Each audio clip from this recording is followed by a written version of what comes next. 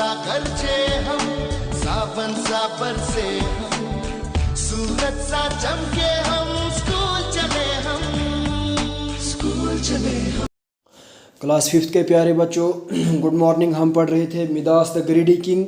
कल हमने पढ़ा था कि वो मिदास जो था जिस चीज़ को भी टच कर रहा था वो गोल्ड हो रही थी। इसी तरीके से उसकी बेटी जो फूल लेकर आई वो भी जो थी गोल्ड में चेंज हो गई। तो आगे क्या होता है वो हम पढ़ेंगे। लिखा है सडनली द एंजल अपीयर्ड। अचानक से क्या होता है कि वो एंजल जो है वो आमने सामने आ जाता है, यानी उसके सामने आ जाता है। एंजल होता है फरिश्ता। तो क्या होता है फिर? ही स्माइल्ड एट मिदास। उसने मिदास की तरफ देखा और स्माइल किया, मुस्कुराया। You must be very happy now. अब तो तुम बहुत खुश होंगे। He asked. उसने कहा या पूछा। You have the golden touch for which you had longed for. अब तुम्हारे पास वो सोने वाला टच है जिसके लिए तुम बहुत अरसे से ख्वाहिश कर रहे थे। Midas fell down on his knees weeping. Midas अपने घुटनों पर बैठ गया और रोने लगा। I don't want the golden touch. मुझे इस गोल्डन टच की ज़रूरत नहीं है। Please take it back. आप इसे वापस ले जाओ। He cried. और उसने रोना शुरू किया। You foolish king. बेवकूफ़ किंग यानी बादशाह, बेवकूफ़ बादशाह। Said the angel.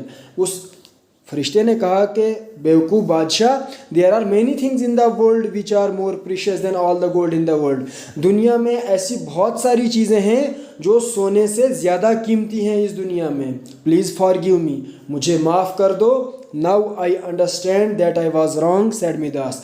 अब मिदास ने कहा कि मुझे माफ़ कर दो, अब मैं ये समझ गया हूँ कि मैं गलत था, अब मुझे माफ़ कर दो। Go to your garden and pick up a grass from your lawn. अब वो एंजल कहता है कि तुम अपने बगीचे में जाओ और वहाँ से एक ग्रास का यानी घास का टुकड़ा उठाओ अपने लॉन से, और क्या करो फिर? Throw it into the river and everything will be same as before. और उसके बाद आपने उस घास को उठाना है और उसको उस दरिया में फेंकना है। तो फिर से क्या होगा कि वैसे का वैसा ही हो जाएगा जैसा पहले होता था। Everything will be same as before, यानी जैसा पहले था वैसा ही होगा।